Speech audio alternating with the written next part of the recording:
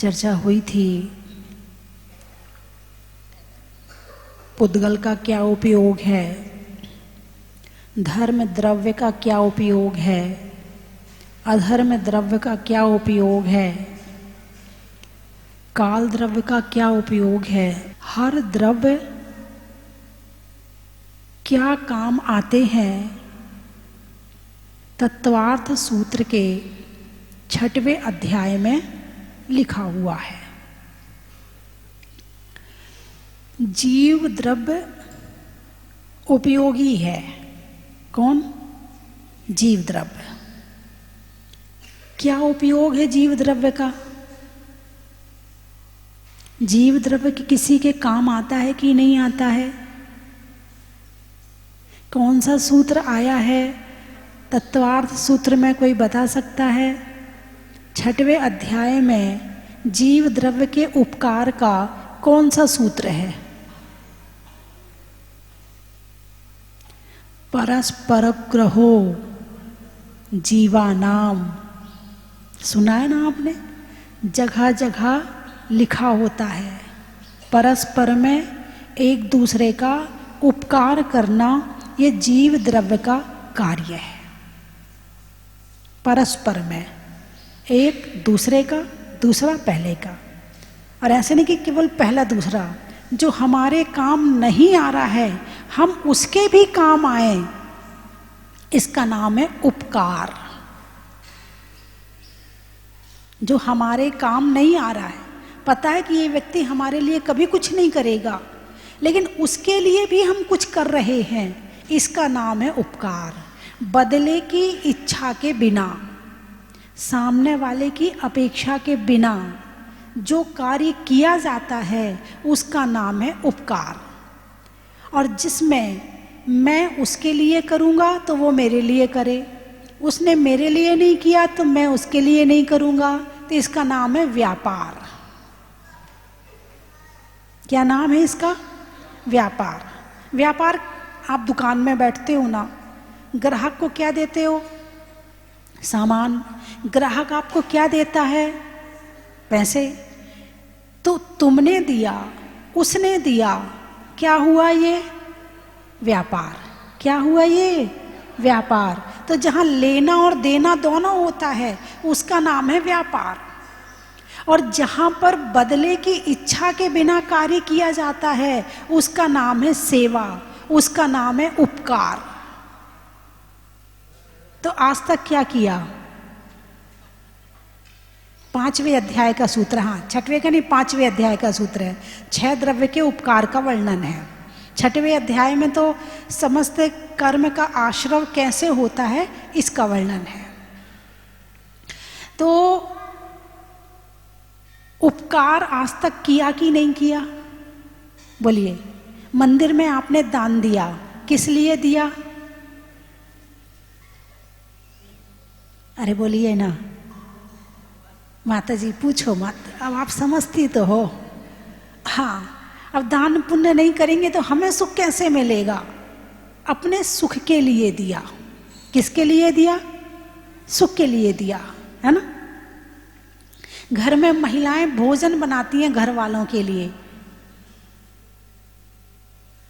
और घर में पुरुष धन कमाते हैं घर वालों के लिए।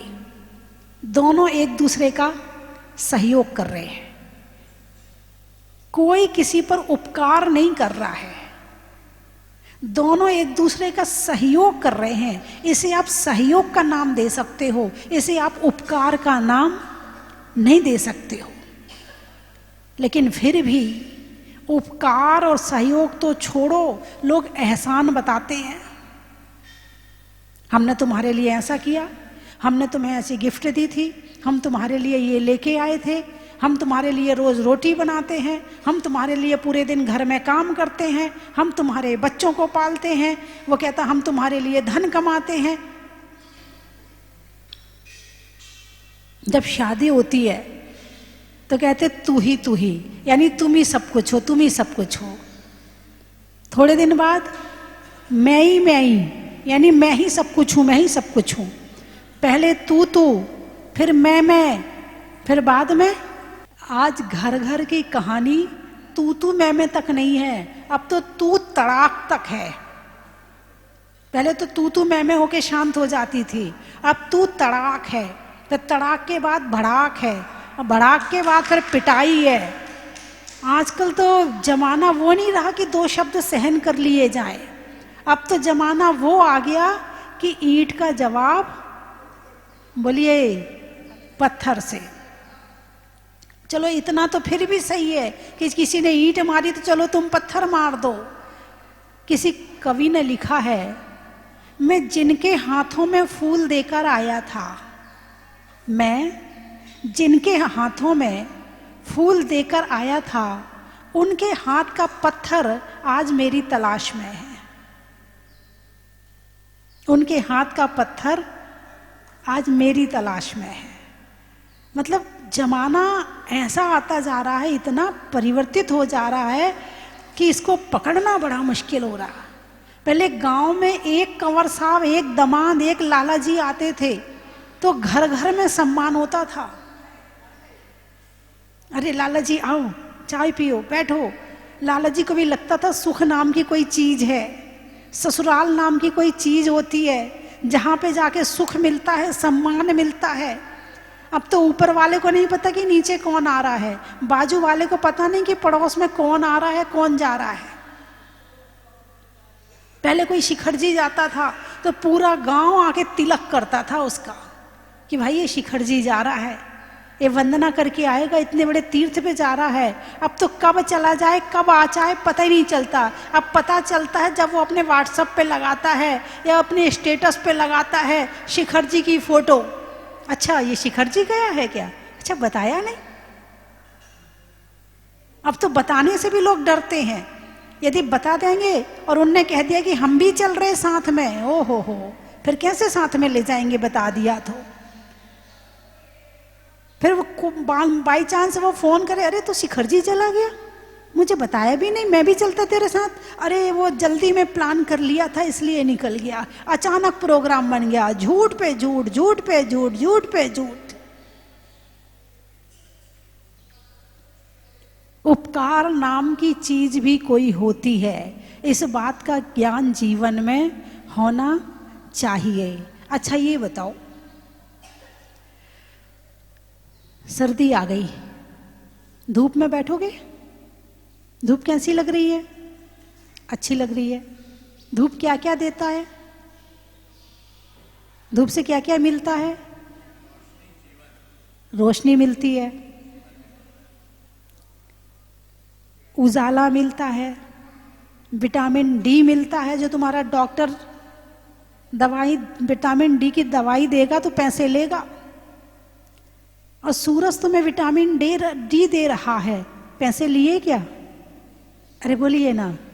तुम्हारे कपड़े कौन सुखाता है? अरे बोलिए ना, कौन सुखाता है? सूरज सिखाता है। तुम्हारे घर का अनाज कौन सुखाता है? सूरज सुखाता। तुम्हारे बाल कौन सुखाता है? सूरज सुखाता है ना। यदि शरीर में या घर में कोई चीज खराब हो जाए तो कहाँ जाके फैलाते हो? धूप में। वो किसने सुखाई, किसने ठीक करी? हाँ। अच्छा आजकल वो और चले हैं, क्या कहते हैं, सौर ऊर्जा वाले यंत्र, है ना, घर घर में लाइट मिलती है। तो वो लाइट कहाँ से आई? सूरज से। बिल आया? सूरज ने बिल दिया आज तक?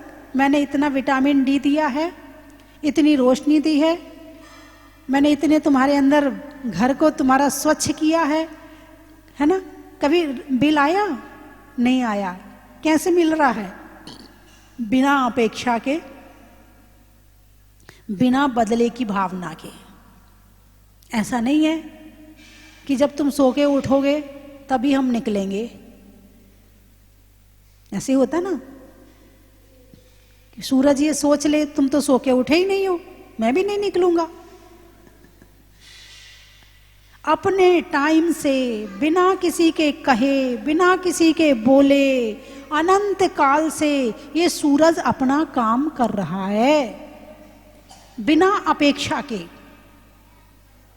बोलिए हाँ या ना। वृक्ष हैं, फल देते हैं। कहाँ से आते हैं? पेड़ों से आते हैं। सब्जी कहाँ से आती है? पेड़ों से आती है। अनाज कहाँ से आता है?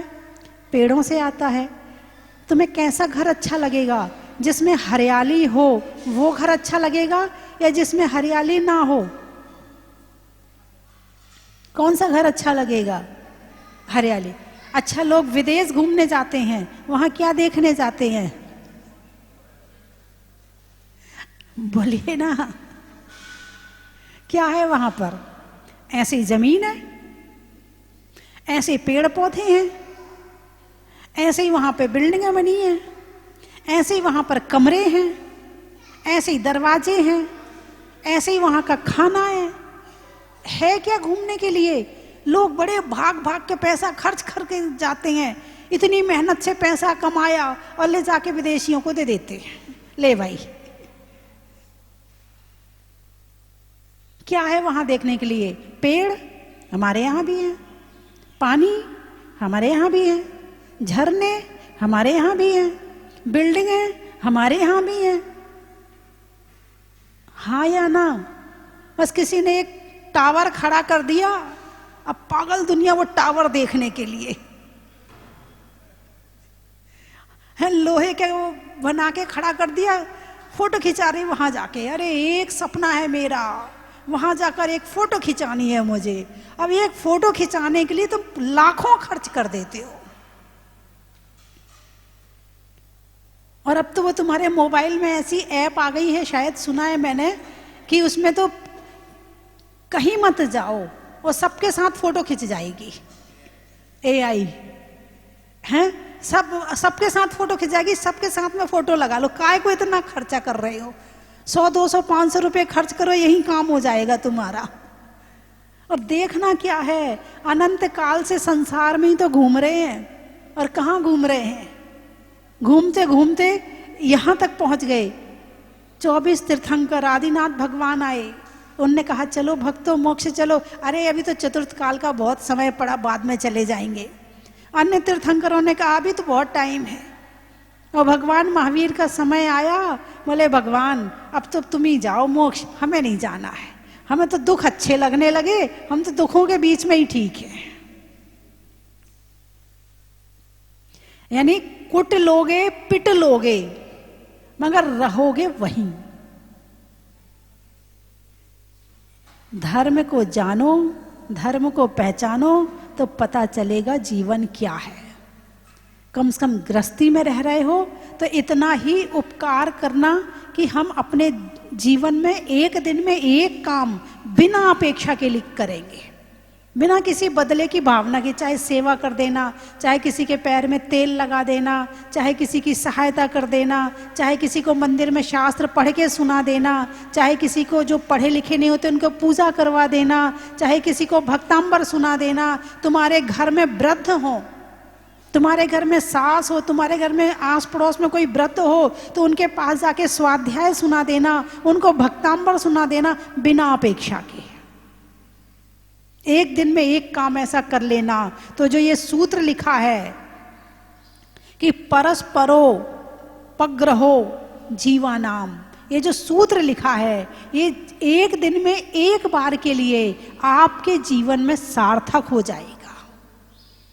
भगवान महावीर ने लिखा कि परस्पर में जीव एक दूसरे का उपकार करें, एक दूसरे की सेवा करें, एक दूसरे से प्रेम से वार्तालाप करें, एक दूसरे के प्रति अच्छे विचार रखें, एक दूसरे के लिए सहयोग करें, एक दूसरे के प्रति भावना अच्छी रखें। यह है परस्पर प्रग्रहो जीवानाम। यदि आपने इसको पालन कर लिया तो ये समझना भगवान महावीर की आज्ञा का पालन किया है। क्या किया? भगवान महावीर की आज्ञा का पालन किया। लेकिन जो दूसरे के काम नहीं आया वो खुद के काम का भी नहीं है। हाँ या ना? खुद का मतलब आत्मा, खुद का मतलब आत्मा है ना। भोगों में लीन, भोगों से खुशी लेने वाले, भोगों से सुख को लेने वाले ना आत्मा को जानते हैं ना परमात्मा को जानते हैं, बस खुशी ढूंढते हैं कहाँ से खुशी मिल जाए। आजकल के लोग पहले काम करते थे तो खुशी मिलती थी, अब खुशी मिलेगी तो काम करेंगे। पहले खुशी बाद में होती थी, पहले काम होता था। अब पहले खुशी देखते हैं फिर काम करते हैं। इनसे बात करने में खुशी मिलेगी तो बात करेंगे, नहीं मिलेगी तो इनसे बात नहीं करेंगे। इनको काम करके ये खुश हैं, मुझे खुशी मिली तो काम करेंगे, नहीं तो इनका काम नहीं करेंगे। बोलिए हाँ या ना। जिनके घर में बच्चे होंगे छोटे छोटे, है ना, बच्चों से क्या मिलता है? बोलिए क्या मिलता है बच्चों से? 5 मिनट बच्चों के साथ खेल लो, थोड़ी देर बच्चों के साथ बिता लो, मन प्रशस्त होता है, मन प्रसन्न हो जाता है। उसकी मुस्कुराहट देख के तुम्हें खुशी मिलती है। वो एक इतना सा शब्द भी मुंह से निकाल दे, चा मा पा, तो ऐसा लगता है पता नहीं क्या मिल गया है। बच्चों के अंदर पॉजिटिव ऊर्जा होती है। क्या होती है? क्योंकि उनके अंदर अभी कषाय नहीं आई है, और जब तक कषाय उनकी जागृत नहीं हुई है तब तक उसमें से पॉजिटिव ऊर्जा निकल रही है। तो बच्चों के साथ रहने से, बच्चों के साथ खेलने से, बच्चों से बातचीत करने से पॉजिटिविटी मिलती है। और उससे जिनके घर में बच्चे होते ना, 2-4 बच्चे हों, उनके घर वालों को डिप्रेशन नहीं होता। क्योंकि जैसे ही बाहर के टेंशन से आए और आधा घंटा बच्चों के साथ खेला, गायब टेंशन। अरे बोलिए ना, टेंशन गायब, है ना। और टेंशन गायब तो डिप्रेशन गायब, एंजाइटी गायब, जो जितनी दिमाग से संबंधित बीमारियां हैं वो गायब।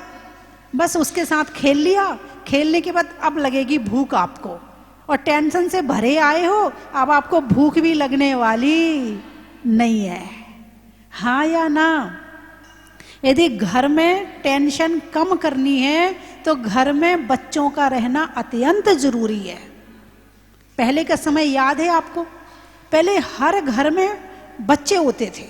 पहले डिप्रेशन का नाम सुना था कभी बचपन में? नहीं सुना ना। कब से सुना है? जब से 1 बच्चे की और 2 बच्चे की परंपरा आई है, तब से डिप्रेशन आया है। उसके पहले डिप्रेशन नहीं था। बिल्कुल आप प्रैक्टिकल चिंतन करना, मेरी बात पर मनन करना इस बात को, कि पहले डिप्रेशन का नाम ही नहीं होता था। और हर घर में 2-4 बच्चे खेलते तो नजर आते ही आते थे, क्योंकि यहाँ माँ को हो रहे, यहाँ पुत्री को हो रहे, यहाँ बहू को हो रहे, तीनों को साथ साथ चलते रहते थे। तो घर में बच्चे रहते थे। अब घर में बच्चे रहते थे तो जो चिंताएं होती थी वो खत्म हो जाती थी। और आज स्टैंडर्ड का जमाना आ गया, स्टेटस बनाने का जमाना आ गया, दिखावे का जमाना। लोग क्या कहेंगे, लोग क्या कहेंगे, इतनी उम्र में इनका बच्चा हुआ है, लोग क्या कहेंगे। इस चक्कर में चाहे तुम डिप्रेशन सहन कर लोगे, तुम टेंशन सहन कर लोगे, तुम शरीर की बीमारियां सहन कर लोगे, मगर तुम खुशी प्राप्त करने के लिए जो प्राकृतिक स्थिति है उसको सहन नहीं करते। दिखावा क्या बढ़ गया है? दिखावा। इस दिखावे के चक्कर ने आदमी को अंदर से खोखला कर दिया है। आजकल तो बेचारी कई बार सासुएं आती, माता जी बहू को कहो ना हमारे यहाँ है नहीं है, बहू को कहो ना हमारे यहाँ बच्चे नहीं है। अब दादी को चिंता है, वो कह रही ना मुझे नहीं चाहिए, ना मुझे नहीं चाहिए। आज का आदमी स्वार्थी हो गया है। क्या हो गया है? स्वार्थी हो गया। वो अपने लिए, मेरी सुंदरता कम हो जाएगी, मुझे पीड़ा होगी, मुझे कष्ट होगा, मैं नहीं कष्ट भोग सकती, मैं नहीं दुख भोग सकती, मुझे तकलीफ होती है। अरे भाई, तकलीफ किस में नहीं होता? तुम इतना मानसिक कष्ट सहन कर रहे हो, डिप्रेशन और टेंशन का, क्या इसमें तकलीफ नहीं हो रही है आपको? और ये कर करके वो घर में 1-2 होते हैं और वो इतने बिगड़ जाते हैं, इतने बिगड़ जाते हैं, ना वो तुम्हारे रहते हैं, ना वो समाज के काम के रहते हैं, ना वो देश के काम के रहते हैं, ना वो दादा दादी के काम के हैं, ना वो मम्मी पापा के काम के हैं। बस हॉस्टल में डाल दिया, गया बच्चा, उड़ गया, अब नहीं आएगा वापस। वहीं पढ़ेगा, पढ़ने के बाद फिर वहीं जॉब लग जाएगी, फिर वहीं शादी हो जाएगी और गया। अब तो एक तुम्हारे लिस्ट में बच्चा है, बस तुम्हारे पास नहीं है। पहले 4 होते थे, 5 होते थे, 10 होते थे, तो माँ बाप के काम भी आते थे, हैं, समाज के काम भी आते थे, देश के काम भी आते थे, और चाहे जिसके घर में जरूरत पड़ जाए तो उनके काम भी आते थे। अब वो होता ही एक है, ना वो मम्मी पापा के काम आता है। मम्मी फोन करके, बेटा मैं बीमार हो गई हूँ, अरे मम्मी मैं पैसे भेज देता हूँ, इलाज करवा लो आप, मैं पैसे भेजता हूँ, आप एक नौकरानी रख लो, मैं नहीं आऊँगा, मुझे छुट्टियाँ नहीं मिल रही हैं। नौकर बना दिया उसको। पहले मालिक रहते थे, अब नौकर होते हैं। बिना छुट्टी के कैसे आया वो? बंधुओं, ये भी एक उपकार है जीव का, जीव पर संतान को जन्म देना, ये उपकार है। तुम जैन कुल में जन्मे हो, तुम्हारे घर में जो संतान आएगी वो संस्कारित आएगी। तुम्हारे घर में जो संतान आएगी महावीर भगवान का वंश बढ़ाएगी। तुम्हारे घर में जो संतान आएगी वो धर्म का पालन करेगी। तुमने एक संतान को जन्म नहीं दिया, तुमने एक धर्मात्मा को जन्म दिया है। जो ये सोचकर बच्चों को जन्म देता है तो समझना वो जैन धर्म पे भी, क्योंकि भाई आपने जन्म लिया है, आप धर्म कर रहे हो, और आप जन्म नहीं दोगे तो आने वाली पीढ़ी फिर आएगी नहीं, तो धर्म आगे कैसे बढ़ेगा? इसके लिए आवश्यक है कि संतान को जन्म दिया जाए, और जन्म देने के बाद उसको संस्कारित किया जाए। अब तुम्हारे में से ना जाने कौन सा बच्चा मुनि बन जाए, कौन सा बच्ची आरिका बन जाए, और एक घर में एक जीव दीक्षा ले ले तो उसकी 7 पीढ़ियां सफल हो जाती हैं। 7 पीढ़ियां सफल हो जाती हैं। नहीं मेरा शरीर खराब हो जाएगा, नहीं मेरा ऐसा होगा। आजकल की लड़कियों में तो पता नहीं इतना स्वार्थ हो गया, इतना स्वार्थ हो गया है, केवल वो अपने लिए जी रही हैं बस। उन्हें किसी से कोई मतलब नहीं, और कोई कुछ बोले तुम्हें क्या मतलब है? मेरी पर्सनल लाइफ है, मेरी पर्सनल लाइफ है। पहले कभी कहते सुना कि मेरी पर्सनल लाइफ है? कभी शब्द किसी के मुंह से निकलता ही नहीं था कि मेरी पर्सनल लाइफ है। और जबकि पर्सनल लाइफ तुम जी नहीं सकती हो। भगवान के अलावा संसार में, दुनिया में कोई ऐसा है ही नहीं है जो पर्सनल लाइफ जी सके। जिन्होंने कर्मों का नाश कर दिया है, केवल पर्सनल लाइफ उनकी है। तुम सूरज के बिना जी सकती हो? तुम भोजन के बिना जी सकती हो? तुम सांस लिए बिना जी सकती हो? तुम समाज के बिना जी सकती हो? तुम देश के बिना जी सकती हो? नहीं जी सकती हो। तो फिर पर्सनल लाइफ रही कहां? जब सबके साथ में रह रही हो, सब तुम्हारे ऊपर उपकार कर रहे हैं, तो तुम्हारा फर्ज भी बनता है कि तुम भी सब पर उपकार करो। सूरज ने तुम पर उपकार किया, तुमने बदले में कुछ नहीं दिया, कोई बात नहीं है।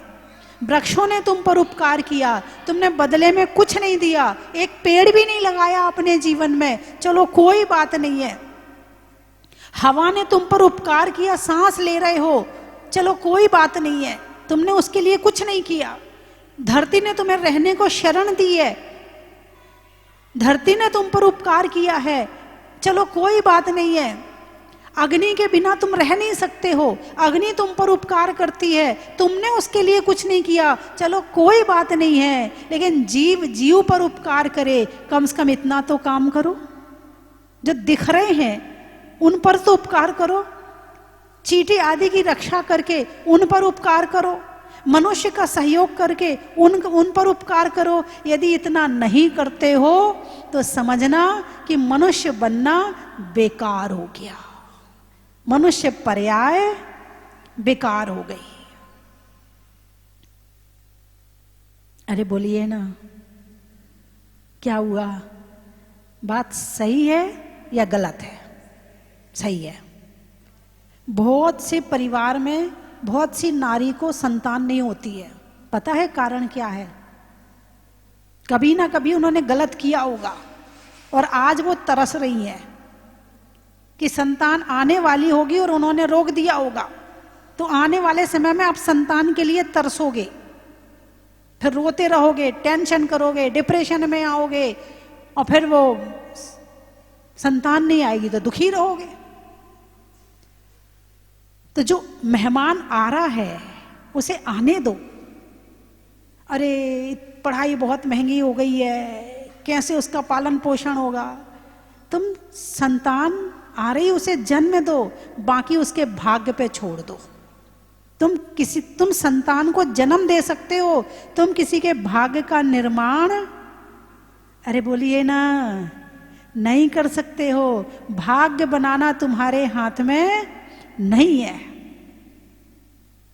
तो बंधुओं, परस्पग्रहो जीवानाम, है ना? परस्परोपग्रहो, बोलिए, जीवानाम। करोगे? उपकार करोगे? हाथ उठाकर बताओ कौन कौन उपकार की भावना से दिन में एक काम जरूर करेगा। जो टीवी में देख रहे हैं वो भी हाथ उठा ले। हाँ, दिन में एक काम जरूर ऐसा करना है जिसमें तुम्हें बदले की भावना ना हो, और कोशिश करना कि ये काम बूढ़ों के लिए ज्यादा हो। जितना आप उनके लिए करोगे उतनी उनकी दुआएं मिलेंगी। आप दुआओं के लिए मत करना, लेकिन वो अपने आप देंगे, और जब वो दुआएं देंगे तो फिर आप उसका फल देखना कि आपका जीवन सुखी हो जाएगा। अक्सर देखना आप, केरला की नर्स आती हैं हॉस्पिटल में। कहाँ की? अच्छा, क्यों आती है? क्यों लोग वहाँ की मंगवाना चाहते? इधर की नहीं रखना चाहते, यूपी की, एमपी की, बिहार की, यहाँ की नहीं, केरला से मंगवाते हैं। क्यों मंगवाते हैं? सेवा भाव ज़्यादा होता है, पेशेंस होता है उनके अंदर। सामने वाला पेशेंट यदि उनको लात भी मार देना तो उन्हें गुस्सा नहीं आता है। और यहाँ ये यूपी, एमपी और ये क्या बताऊँ मैं, कहाँ कहाँ का नाम लूँ, ये इन्हें तो एक बार एक शब्द कोई कह तो दे, दवाई भी देंगी तो पटक पटक के देंगी, खा लो, मर लो। ऐसे दवाई देंगी उसको कि सामने वाला कहेगा कहाँ से तुम्हारी अस्पताल में आ गए। तो जिनके अंदर पेशेंस है वो ही सेवा कर सकता है, और जिनके अंदर पेशेंस नहीं है वो सेवा नहीं कर सकता। बूढ़ों ने यदि जरा सा कुछ कह दिया, बुरा लग गया, अब तुम्हें गरम रोटी दे रहे खाने के लिए, अब ठंडी खाना, तुम बड़ी गुस्सा करती, दिन भर सारे दिन बैठी रहती, काम तो हम ही करते हैं। ऐसा गुस्सा आता कि नहीं आता? मन में आता है ना? नहीं करना चाहिए। जैसे बच्चे गुस्सा करते हैं तुम्हें गुस्सा नहीं आता, ऐसे बूढ़े गुस्सा करें तो तुम्हें गुस्सा नहीं करना चाहिए, है ना? फलों में मेवा का, देवों में पारस देवा का, और करने में निस्वार्थ सेवा का। किसी का अंतिम समय चल रहा हो उसकी समाधि करवा देना, किसी के पैरों में दर्द हो उसको तेल लगा देना, किसी को दवाई की ज़रूरत हो उसे दवाई दिलवा देना, किसी को पढ़ाई में पीछे हो रहा हो तो उसको पढ़ाई करवा देना, ये भी सेवा है। और आप बहुत अच्छे अच्छे काम करके अपने जीवन को सार्थक घर में रहकर भी कर सकते हो। हमारी कल एक बहन जी बता रही थी, जयपुर वाली, बोले हम माता जी को, महाराज जी को, माता जियों को कई बार उनकी जो फिजियोथेरेपी है अथवा सेवा है वो करने के लिए जाते हैं। तो अच्छी बात है ना, अपने अंदर ऐसे गुण पैदा करो कि हम किसी के काम आए। ऐसे जीवन मत बिताना कि हम किसी के काम कभी आए ना, है ना? चलिए, तो माता जी आपको प्रवचन रोज देती कि नहीं देती? साधु आपको प्रवचन रोज देते कि नहीं देते? बदले में आप क्या देते हो?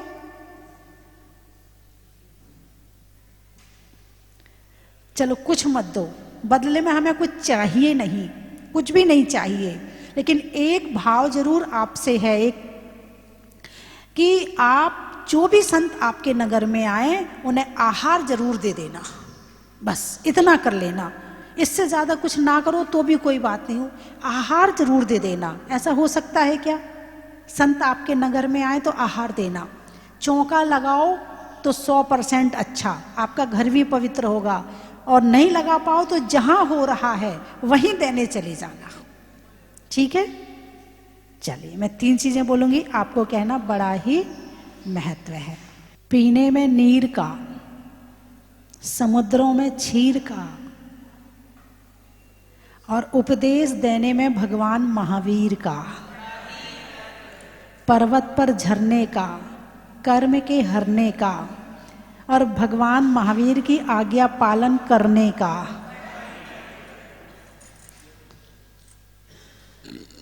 हिंदी में मात्रा का, स्कूल में छात्रा का, आज आपकी जहाजपुर की यात्रा का, घूमने में कार का, बच्चों में संस्कार का, और करने में उपकार का, पाँव में टखने का, भोजन को चखने का, और निस्वार्थ सेवा करने का। कहाँ कहाँ से आए हो? जयपुर। गाने में सुर का, रिश्तों में ससुर का, और आने वालों में जयपुर का। और कहाँ से आए? पिंडरई। महीनों में मई का, बारिश में काई का, और आने वालों में पिंडरई का। बड़ा ही महत्व है। पूजा में, आरती में कपूर का, होने में मशहूर का, और आने वालों में जबलपुर का। बड़ा ही महत्व है। पंजाब में पंज का, नहीं होने में रंज का, और आने वालों में झारखंड डाल्टनगंज का। बड़ा ही महत्व है। और कहाँ से आए? पानी में मगर का, चलने में डगर का, और आने वालों में विजयनगर का। बड़ा ही महत्व। बॉम्बे। अच्छा, नहीं बोलने में अवे तवे का,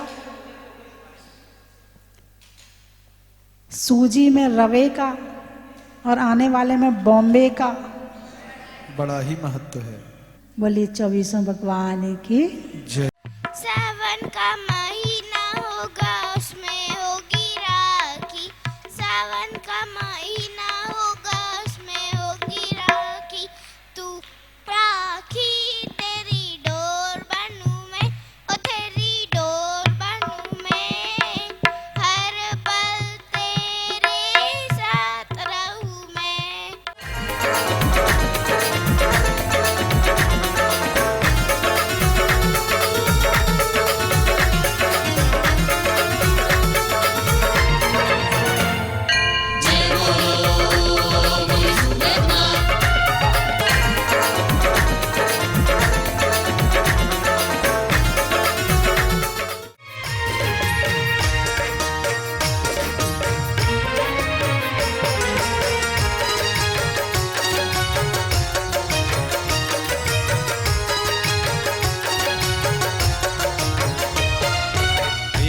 सुमित्र के राज दुलारे, माँ पद्मा जी के नैनों के तारे। पिता सुमित्र के राज दुलारे, माँ पद्मा जी के नैनों के तारे। राजगृही में जन्म लियो आप, राजगृही में जन्म लियो आप। आओ आओ मनाए खुशी आज आरती भगवन की। आओ आओ करें गुणगान आरती भगवन की।